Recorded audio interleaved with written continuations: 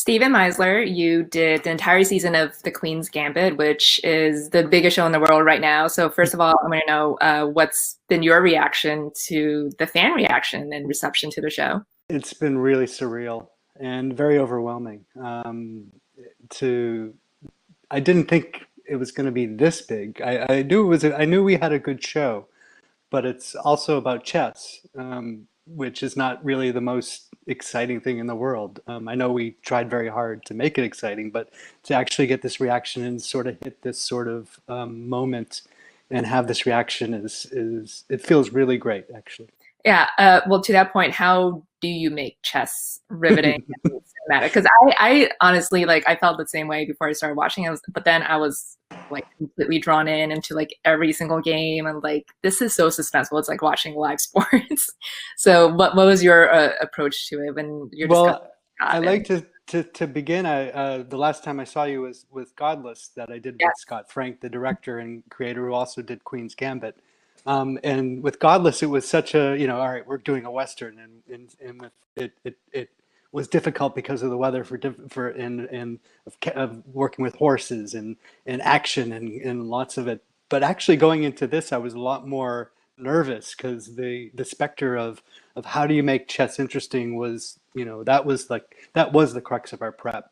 And we had a 3 month prep for it. And we actually had a chess summit where we were lucky enough to have Bruce Pandolfini, who was a chess who was a chess consultant who actually consulted with Walter Tevis on the novel back in the early '80s, and also was a chess consultant on Searching for Bobby Fischer. In fact, Ben Kingsley plays Bruce Pandolfini in the movie.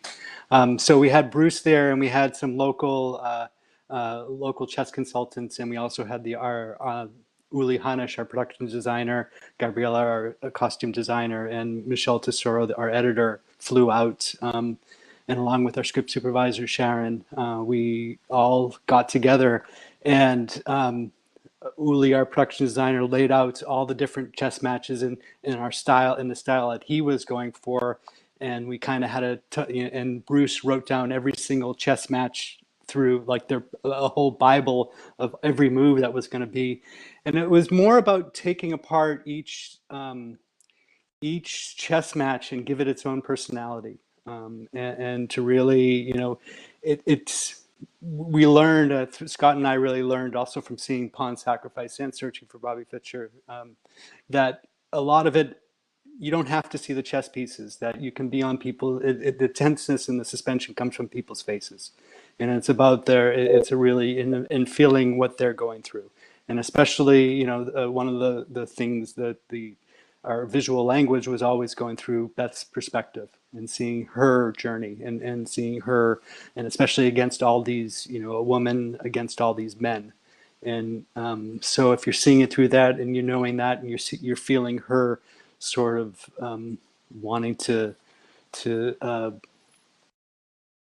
wanting to succeed, loving this game, seeing its, and knowing that that there's a I don't know, that she has a real strength and power that this when she's playing that she gets by playing it. yeah, yeah. I really love the use of angles during a lot of those matches because there's a lot of high ones from the ceiling and then like low ones, and it kind of shows like who's in control of that particular game at that moment. And even like the wide shots of like the crowds like reacting to it. So, can you talk about like your approach to shooting those reaction shots and the angles from each side? Well, one thing we decided to shoot large format too, especially because you could use so many wide angle lenses and not get the distortion, especially with chess being such and we're being very linear and all the lines are so important. And also we shot the whole series in Berlin, except for some of the suburban exteriors we shot in Toronto. And so Scott and I talked about leaning into German expressionism and all using lights and shadows and really leaning into that. And a lot of these chess halls that we found in Berlin were such large ceilings with large windows that I could really bring lots of light into and really give this sort of uh, a magical world, but still set really in reality, and not afraid to go really low or really high. And it's also, depending on of the mood and how Beth was doing, kind of dictated where we were at and what we were doing with our cameras. Whether if she's needed to be in a position of power, and where our camera was a little bit lower, or raising up to give her when she was in trouble. Mhm. Yeah, and with the to the point about like the lighting, like I love the earlier episodes. It's like a darker ambiance, and then once she starts traveling to all these different tournaments, you open up, depending on the location, it could be like very bright, like Vegas. And then, at the end, she's in Russia again. It's colder, darker. It's kind of like a metaphor for the Cold War. Mm-hmm. So how did you approach those different settings for her? A lot. Again, I want to give credit to the production designer, Uli Hanisch. His research that he did. I know he put up. It first gave us there was a 200-page booklet of the 40s, 50s, and 60s of all the areas that we were shooting: Mexico City, Paris, and that. And then we also came up with a very strict color palette for each. And it did start obviously with, we wanted to be very desaturated in the beginning, and very gothic, and it kind of more leaned into the German expressionism. I feel that first episode and the last episode really ties into that. But then going it right into the suburban, we kind of went off into I liked what our producer William Horberg said, we're kind of Douglas Sirk on acid. Those And we walls just in went, the house. yeah, it just like, you don't,